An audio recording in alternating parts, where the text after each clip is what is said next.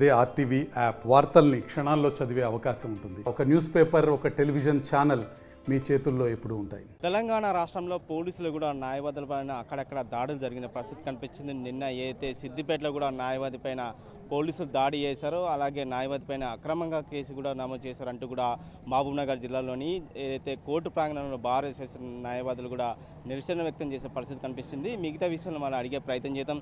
చెప్పండి సార్, ఎందుకు నిరసన కార్యక్రమం చేపడుతున్నారు? ఇవాళ నిన్న మన సిద్దిపేటలో రవికుమార్ అని చెప్పి అడ్వకేటు హైకోర్టు నుంచి ఒక కేసులో బెయిల్ తీసుకొని సిద్దిపేట 2 టౌన్ పోలీస్ స్టేషన్ వెళ్ళడం జరిగింది. అక్కడున్న ఏఎస్ఐ గారు ఈ బెయిల్ గురించి అని షూరిటీలు అలాగే అక్యూజ్తో పాటు స్టేషన్కి వెళ్తే సాయంకాలం 5 గంటల దాకా అక్కడనే కూర్చోబెట్టడం జరిగింది. ఇంకా ఏమైంది షూరిటీ తీసుకోవట్లేదని చెప్పేసి దాంతోపాటుగా ఆయన ఏం చేశాడంటే అక్యూజ్ని తీసుకెళ్ళి ఆ బెయిల్ తీసుకొచ్చిన బెయిల్ని పక్క పెట్టేసి అక్యూజ్ని తీసుకెళ్ళి రిమైండ్ చేస్తా అని చెప్పేసి తీసుకెళ్ళి హాస్పిటల్ తీసుకెళ్ళడం జరిగింది. మెడికల్ టెస్ట్ కొరకు హాస్పిటల్ తీసుకెళ్ళాడు. ఇదే దానిపైన ఈ అడ్వకేట్ హాస్పిటల్కి వెళ్ళి నేను తీసుకొచ్చిన బెయిల్ పక్కకెట్టేసి మీరు ఎందుకు ఇట్లా చేస్తున్నట్టయితే దానిపైన ఆ అడ్వకేట్ పైన దాడి చేసి గాయపరచడం జరిగింది. అలాగే ఆయన లెఫ్ట్ ఫింగర్ కూడా దాడి చేయడం జరిగింది. దానిపైన మీన్వైల్ తర్వాత కూడా ఎందుకు ఇట్లా చేస్తుంది సిఐ గారికి ఇంటిమేట్ చేసి సిఐ గారు తగిన చర్య తీసుకోకుండా వీళ్ళు వెళ్ళిన తర్వాత మళ్ళీ న్యాయవాదే ఆ పోలీస్ స్టేషన్ వచ్చి దాడి చేశాడని చెప్పేసి క్రిమినల్ కేసు ఎఫ్ఐఆర్ రిజిస్టర్ జరిగింది. కాబట్టి ఈ పోలీసులకు మనీ అంటే వేరే కేసులని కాకుండా వ్యక్తిగతంగా గవర్నమెంట్ హైకోర్టు నుంచి బెయిల్ ఆర్డర్ తీసుకొని వెళ్తే కూడా తగిన యాక్షన్ తీసుకోకుండా న్యాయవాదిపై చర్య తీసుకున్నాడు. కాబట్టి అటు దానిపై నిరసన వ్యక్తం చేస్తూ మహబూబ్నగర్ బార్ అసోసియేషన్ అంటే రాష్ట్ర వ్యాప్తంగా కూడా అన్ని బార్ అసోసియేషన్లు కూడా ఈరోజు బైకాట్ చేయడం జరిగింది. అందరూ విధులు బహిష్కరించి దాంతోపాటు కూడా ఇక్కడ ఇవాళ మహబూబ్నగర్ బార్ అసోసియేషన్ తరఫున మేము ఇవాళ మొత్తం కోర్టులను కూడా బైకాట్ చేయడం జరిగింది. అలాగే పోలీసుల పైన చర్య తీసుకోవడానికి న్యాయవాదుల ప్రొటెక్షన్ యాక్ట్ అని చెప్పేసి పార్లమెంట్లో పెట్టాలని చెప్పి ఇంతకుముందు నడుస్తుంది. ఇది ఇప్పుడు కూడా కొత్తగా పార్లమెంట్ సభ్యులు కూడా మేము విన్నవించుకుంటున్నాము. దయచేసి అందరూ తెలంగాణలో ఉన్న 17 మంది పార్లమెంట్ సభ్యులు కూడా దీనిపైన పార్లమెంట్లో గలమెత్తి న్యాయవాద ప్రొటెక్షన్ యాక్ట్ గురించి కష్టపడతారని చెప్పేసి మేము ఆశిస్తూ అలాగే రిప్రజెంటేషన్ కూడా ఇస్తాము. నెక్స్ట్ వీక్ కూడా రేవంత్ రెడ్డి గారు న్యాయవాదుల సంక్షేమం గురించి అని చెప్పేసి అపాయింట్మెంట్ ఇచ్చారు. వారి దగ్గర కూడా ఈ ప్రొటెక్షన్ యాక్ట్ గురించి మేము ప్రస్తావన తీసుకురావడం జరుగుతుంది. అలాగే ఈ దాడిని తీవ్రంగా ఖండిస్తూ ఈ డే మొత్తం కూడా బైకాట్ చేయాలని నిర్ణయించుకున్నాం.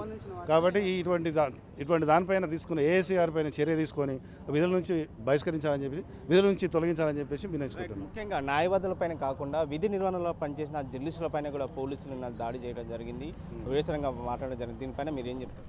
అలాగే ఇప్పుడు వీళ్ళు ముఖ్య పాత్ర ఇవాళ దేశంలో జర్నలిస్టులు ఒక ముఖ్య పాత్ర. వారితో పాటు న్యాయవాదులు జర్నలిస్టులు వీళ్ళందరూ కూడా ఒక ఈ కాన్స్టిట్యూషన్కు దేశానికి ఒక మూల స్తంభాలు లాంటి వాళ్ళు. ప్రతి విషయం న్యాయవాదులైన చట్టాన్ని గౌరవిస్తూ ఎవరికైనా అన్యాయం జరిగితే రక్షించే వాళ్ళు న్యాయవాదులు. అలాగే జర్నలిస్టులు కూడా ఏదైనా అన్యాయం ఎక్కడ జరిగితే కూడా జర్నలిస్టులు కూడా వాళ్ళు ఎన్లైట్ చేసి అంటే దృష్టికి తీసుకురావడం జరుగుతుంది. అంటే ఇవాళ జర్నలిస్టులు ఏం చేయకపోతే ఇవన్నీ ఏం తెలియదు మనకు. కాబట్టి వాళ్ళ మీద చర్యలు తీవ్రంగా ఖండిస్తున్నాం. మేము యూనిటీగా రేపు జర్నలిస్టులు కూడా మంచి న్యాయం జరగాలని చెప్పేసి మేము ఆశిస్తున్నాం. మీరు చెప్పండి, న్యాయవాదులపైన చాలా రోజుల కింద దాడులు జరుగుతున్నాయి, ప్రత్యేకంగా చట్టం తీసుకురావడానికి పోరాటం చేసి నిరసన కార్యక్రమం చేస్తుంది, ఏం చేయబోతున్నారు? సిద్దిపేటలో రవికుమార్ అనే న్యాయవాది పైన ఏఎస్ఐ దౌర్జన్యంగా చేసి అతనిపై కేసు రిజిస్టర్ చేయమనేది యావత్ తెలంగాణలో ఉన్న ప్రతి న్యాయవాది కూడా దీన్ని ఖండిస్తూ ఉన్నాం. మనం చూసినాం చాలా సంవత్సరాల నుంచి కూడా కొంతమంది పోలీసులు న్యాయవాదుల పైన దౌర్జన్యాలు చేస్తూ ఉన్నారు. అంటే నేను ఒకటే పోలీసు నూతనంగా వచ్చిన డీజీ గారికి అదేవిధంగా పోలీసు హై లెవెల్లో ఉన్న వాళ్ళకి విజ్ఞప్తి చేస్తూ ఉన్నాను. పోలీస్ సిబ్బందికి కింద ఉన్న పోలీస్ సిబ్బందికి మీరు అవేర్నెస్ కల్పించండి. విధి నిర్వహణలో ఉన్న న్యాయవాదులు హైకోర్టు ఆర్డర్ను తీసుకొని పోయి పోలీస్ స్టేషన్లో షూరిటీస్ ఫర్నిష్ చేయడానికి పోతే న్యాయవాది పైన దౌర్జన్యం చేస్తే అది మనం సొసైటీకి ఏం సిగ్నల్స్ ఇస్తాం అనేది ఒకసారి ఆలోచన చేయాలి. అంటే న్యాయంగా ధర్మంగా న్యాయవాదులు వాళ్ళ వృత్తిని నిర్వహిస్తూ పోలీస్ స్టేషన్కి పోయి షూరిటీస్ ఇస్తూ ఉంటే దాన్ని పక్కకు పెట్టేసి రిమాండ్ చేస్తాము అని చెప్పి న్యాయవాది పైనే కేసు రిజిస్టర్ చేస్తే ఇది యావత్ న్యాయ వ్యవస్థకే ఇది ఒక మచ్చలాగా ఉంటుంది. కాబట్టి నేను ఒకటే రిక్వెస్ట్ చేస్తూ ఉన్నాను అక్కడుండే ఎస్పీ గారికి అదేవిధంగా రాష్ట్రంలో ఉండే డీజీ గారికి డిఐజీ గారికి తక్షణమే ఏఎస్ఐ గారిని సిఐ గారిని సస్పెండ్ చేయాలి. వాళ్లను ఒక కమిటీ చేసి దానిపై విచారణ జరిపించాలి. ఒక విచారణ తర్వాత ఆ విచారణ రుజువైతే వాళ్లను సర్వీస్ నుంచే రిమూవ్ చేసే విధంగా ముందరికి పోతే రాబోయే కాలం లోపల ఇటువంటి దౌర్జన్యాలు తగ్గుతాయి. కాబట్టి నేను ఒకటే విజ్ఞప్తి చేస్తూ ఉన్నాను, వాళ్ళపైన తగు చర్య తీసుకొని వాళ్ళను సస్పెండ్ చేయాలని చెప్పేసి. అదేవిధంగా ఇంకొకటి ముఖ్య విషయం ఏమంటే న్యాయవాదుల పరిరక్షణ చట్టం దాన్ని తీసుకొని రావాలని చెప్పేసి న్యాయవాదులు యావత్ భారతదేశంలో చాలా ఏండ్ల నుంచి పోరాడుతూ ఉన్నాము. నేను ఇక్కడ ఉండే ఎంపీలకు అదేవిధంగా దేశంలో ఉండే అందరి ఎంపీలకు కూడా విజ్ఞప్తి చేస్తూ ఉన్నాను. న్యాయ వ్యవస్థ అనేది చాలా ఉత్తమమైన వ్యవస్థ.